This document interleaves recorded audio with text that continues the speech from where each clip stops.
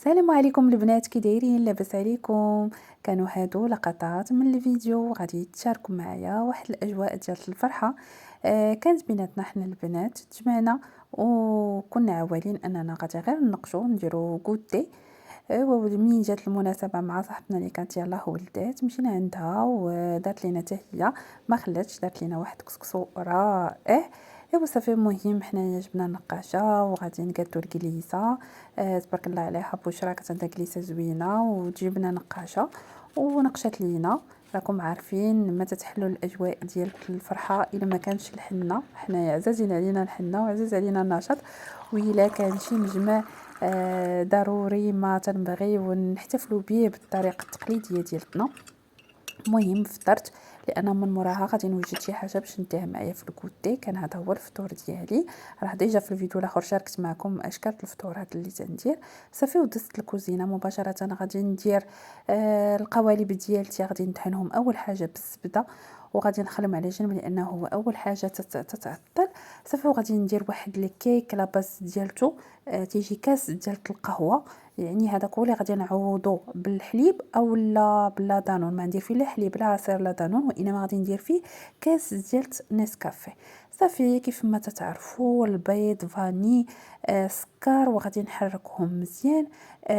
غادي ندير لاغوم ديال الكراميل او لاغوم اللي بغيتو، ولا اي اغوم بغيتو. المهم صافي غادي نحرك مزيان، ومن موراها مباشره غادي نزيد الزيت، غادي نزيد القهوه، غادي نزيد من موراها لا بودر. وانا اختاريت غادي نعمرهم بلا كريم باتيسير ديال الشوكولا اللي غادي ندوبها كيف ما عودتكم، وتنزيد ليها الكاكاو وتنزيد ليها معلقه ديال النسكافيه باش تتولي ليا فيها واحد المذاق اللي زوين. والاخرين النص غادي نديروه فحال كيك، وغادي ندير فيه لي بيبيت شوكولا نوار تيجيو رائعين. المهم هذا الكيك هذا راه اقتصادي وتيدير لينا كميه كبيره، يعني هاد الوصفه ديالها تدير تقريبا واحد 24 كيك. ماشي سهله، يعني كميه اللي تقدر تنفعكم يعني يعني غادي تحتاجوها. عارفين ملي يكون شي مجمع بحال هكا ضروري ما تدي معك شي حاجه في يديك، ما تقدريش تمشي خاويه.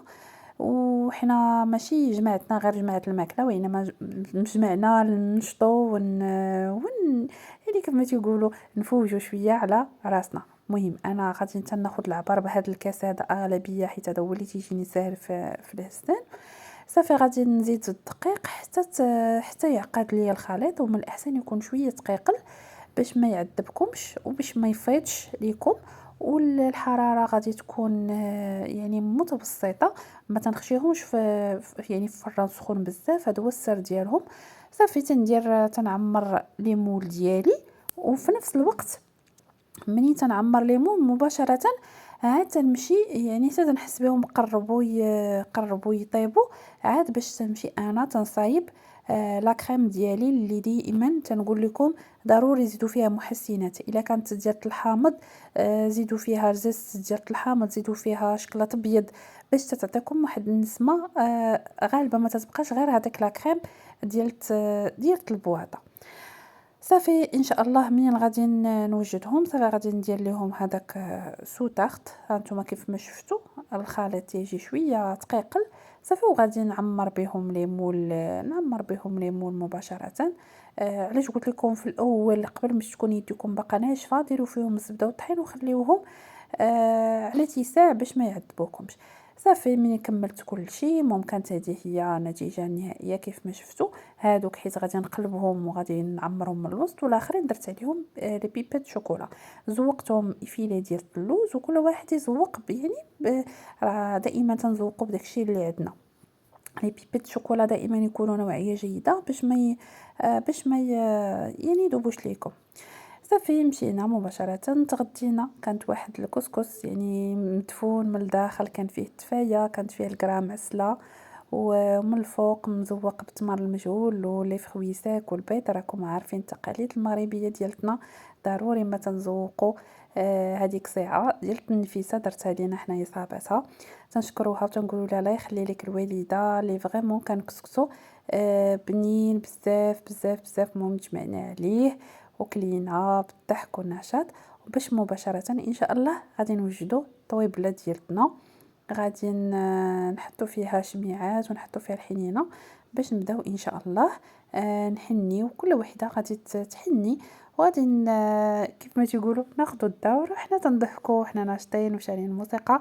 راكم عارفين ما تنقدرش ندير الموسيقى اللي فيها حقوق الطبع والنشر، داكشي باش تيجي الفيديو في اغلبيه فيه الهضره. غادي من بعد غادي نحط لكم نمرة النقاشه، لانه تبارك الله حتى هي تتنقش لينا نقشات لينا زوين.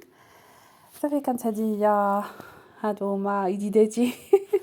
انا الحنينه ديالتنا بدات ما شاء الله عليها، تتنقش زوين، ونبقاو مع اجواء.